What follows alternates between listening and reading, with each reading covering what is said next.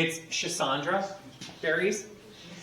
Schisandra. It sounds very Cassandra, like she's from the valley. But she's actually from China. So it's Schisandra chinazeri, which is really odd. It is a berry. And I did a study of Chinese medicine. On top of my herbalism degree I did a year-long study of Chinese medicine, in particularly for the roots, berries, and fungus that is present in Chinese medicine. So a lot of the medicinal mushrooms. And one of the interesting things about the Schisandra berry is also it's called the 5-flavor berry. It's a fruiting vine, not a bush. And so it has sweet, salty, bitter, pungent, and sour, all in the flavor. So if you think about all of those different flavors, those are things that stimulate digestion. So on top of being a digestive stimulant, which it is also giving you, if you've ever read the book like sweet, sour, or salty, sweet, it's balancing all of those flavors in your mouth and then also doing that for your digestive tract. So that's kind of cool. You're getting all of that in one berry. You can use it to season food. You can also use it in teas, decoctions, and whatnot. It's also something called an adaptogen. So for those of you who are unfamiliar with that term, what an adaptogen is it creates an environment for things to work as they should. I'm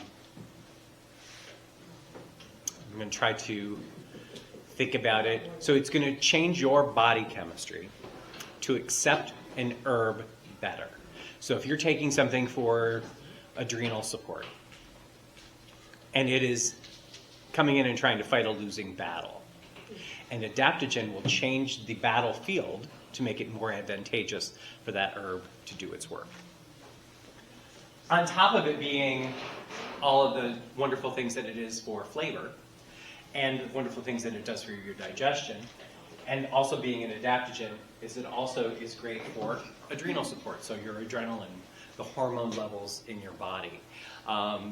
One of the things that we struggle with because of high stress environments and snow and winter and all the fun things that we get in the northern hemisphere is adrenal fatigue. And our body produces adrenaline to keep us warm.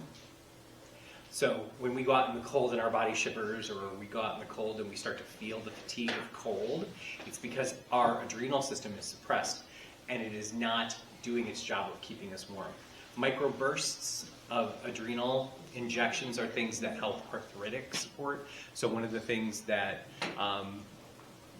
we talked about for arthritis in one of my other pain class, I don't know if you'd helped with the pain class, we did that is bee stings. Like people will have bees sting them for arthritis support, which is cruel to the bees because they die, so that's rude. But it produces micro doses of adrenaline, which then produce movement. It helps support movement. Same thing with heat.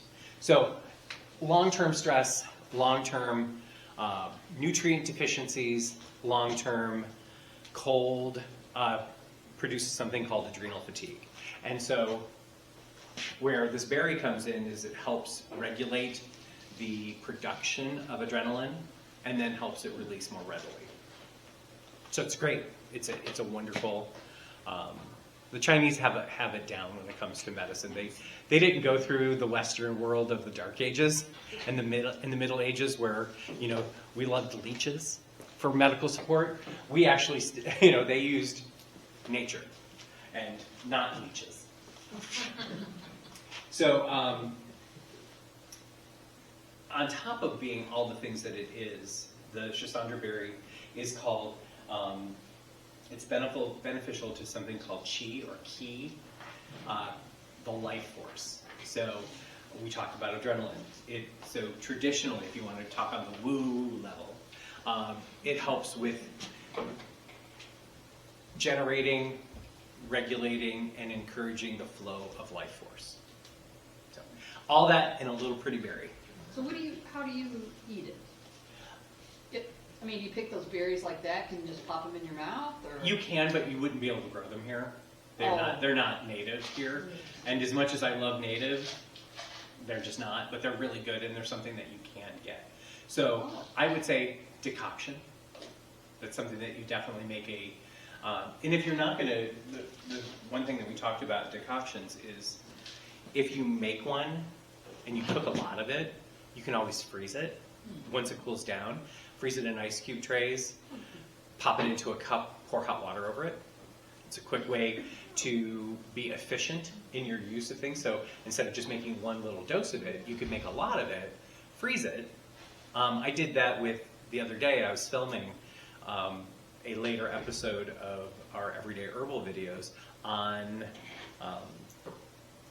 home care, because I think that we go to the urgent cares and the clinics and the emergency rooms far too much. A lot of the times for digestive upsets, fevers, things like that, but I was making a licorice root syrup, and to start with I make a decoction of licorice root, and I made a lot of it, and I thought to myself, well, why would you just throw all this out? Because you're not meant to use it for long term. You're designed to use licorice root for a short period of time to regulate yourself and get yourself where you need to be, and then you need to stop using it, because then it stops being effective after a while. But I thought, that's such a waste, so why not just freeze it, and then when you need it, you can pop it out of that ice cube tray, or pop it out of the ice cube tray and put it in a baggie, keep it in your freezer, and when you need it, pop it in a cup, pour some warm water on it, put a little honey in it, and consume it. Peppermint, also one of the easy ones. Grows everywhere. Also, every place that you don't want it. Any kind of mint. It is, because it grows by root division. A lot of plants grow by root division. Some you like, some you not so like, but it does by root division. So I usually will keep most of my mints in pots. And then the one thing is, it's not a set it and forget it type of thing. You can't just keep it in that same pot forever, because it will outgrow the roots, so you do have to divide it and manage it. But it's easier to manage in a pot, or if you are going to sink it in the ground, you can put it in a pot and sink it in the ground. But even that is sketchy, because those roots, it will find a way. So the best way is to keep it in a pot on something that is not going to allow that to happen, and then take it out, cut it in half early in the spring, put it into a different pot with more dirt, and give it an opportunity to grow. But it will stay around forever. And we grow about 6 different kinds of mints. We grow the lemon balm, we grow peppermint, we grow spearmint, we grew strawberry mint for a period of time. We also do orange mint or apple mint. All of those different scented things are kind of like geraniums. Geraniums come in multiple different scents, and mint's a very similar one. So on top of adding soothingness to your digestion, it also reduces bloat. And if you've eaten too heavy, we always feel like you gotta let your pants loose for a bit, or wear, as I lovingly call it, my moo-moo. Listen, I am not above a caftan. It's very freeing. I started wearing them around when we had a pool. We don't have one right now, but we will have one again. And you're sitting out in the back. I say that's caftan time. A big hat, but yes, it also reduces bloating. Any other questions? Yes. My understanding is that the herbal industry, if I want to go buy herbs, is unregulated. And is there a particular brand, if you can't grow your own, or that you would recommend getting products from Herbally? I'm gonna wade into a tricky place here. Turn on. Turn the camera off. Turn the camera off. No. It's my camera. I can edit. It's just tricky because I don't want to say things that are mean.